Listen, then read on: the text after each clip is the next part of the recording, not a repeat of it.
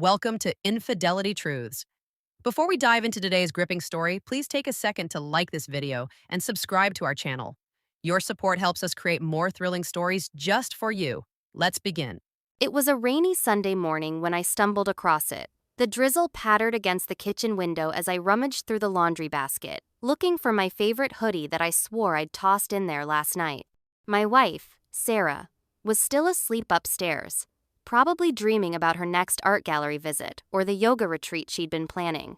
As I dug through the clothes, something caught my eye, a folded piece of paper tucked inside the pocket of her jeans.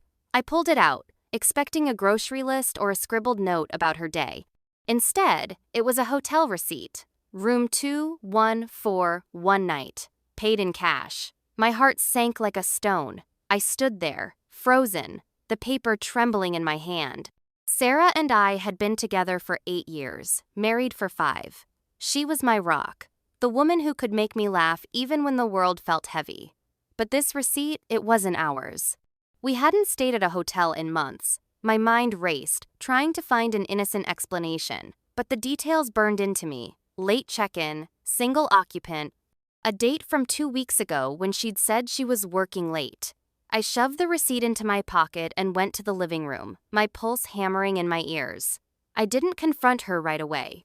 Instead, I sat on the couch, staring at the rain streaking down the window, replaying every moment that suddenly felt like a clue.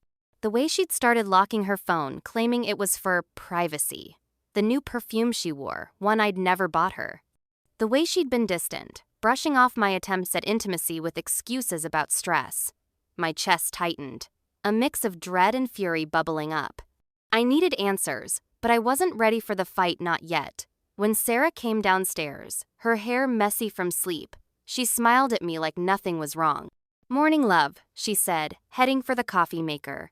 "You're up early." Her voice was warm, but it felt like a lie now, a performance. I clenched my jaw, forcing myself to stay calm. "We need to talk," I said, my tone flat. She turned, her brow furrowing slightly, still playing innocent. I pulled the receipt from my pocket and set it on the counter. "Care to explain this?" Her eyes flicked to the paper, and for a moment, I saw it, her face drained of color, her lips parting just enough to betray her. She recovered quickly, though, tilting her head like she was confused. "What's that, a receipt?" "From a hotel. 2 weeks ago. You weren't with me." My voice was steady, but inside I was screaming. "So, who were you with?" Sarah's hands gripped the edge of the counter, her knuckles whitening. "It's not what you think," she said, her voice shaking. I needed a night to myself, to think. Work's been overwhelming. I laughed, a sharp, bitter sound that made her flinch. "You expect me to believe that? A cash-paid hotel room, Sarah? Don't treat me like an idiot." My hands were shaking now, and I shoved them into my pockets to keep from slamming them on the counter. "Who is he?" She opened her mouth, then closed it, tears welling in her eyes. "It was a mistake," she whispered, her voice barely audible. "It didn't mean anything." The words hit like a punch. A mistake. As if that erased the betrayal, the nights I'd spent wondering why she felt so far away.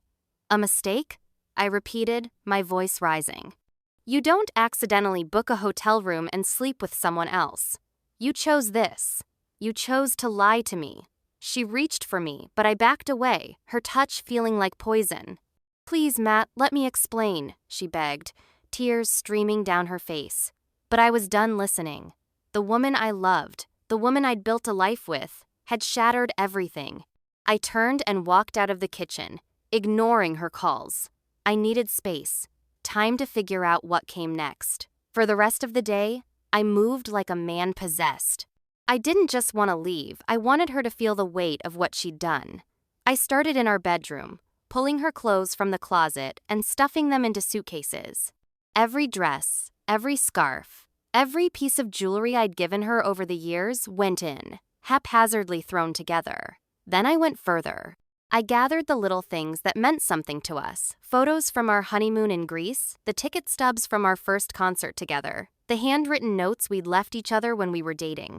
I taped them to the walls with a single word scrawled across each in black marker. Betrayed. I wasn't done. Sarah had always been private, guarding her online life like a fortress. But she'd left her laptop open once, and I'd seen her email password. I logged in and sent a message to her closest friends, her sister, her coworkers. I've been unfaithful to Matt. I'm sorry for letting you all down. It was harsh, maybe too harsh, but the pain in my chest demanded something, anything to match it. I didn't care if it was petty. She'd humiliated me in the worst way, and I wanted her to feel even a fraction of that shame. By the time Sarah came back from wherever she'd gone to give me space, the house was a monument to our broken marriage. She stopped in the doorway, her eyes wide as she took in the suitcases, the defaced photos, the chaos I'd created. "Matt, what is this?"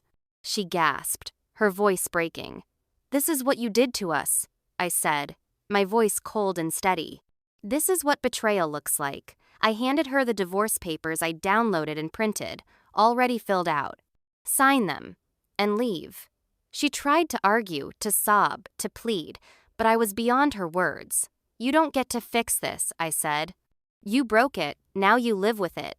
Her hands shook as she signed the papers, tears dripping onto the pages. She grabbed one of the suitcases and left, the door slamming behind her. The house felt empty after she was gone, but not in a bad way.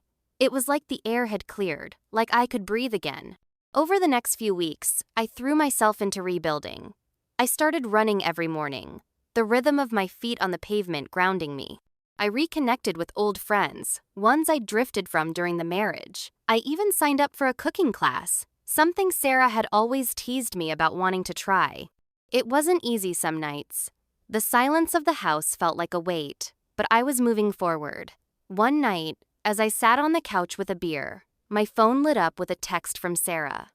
"I'm so sorry, Matt. I know I ruined everything. I hope you can find it in your heart to forgive me someday."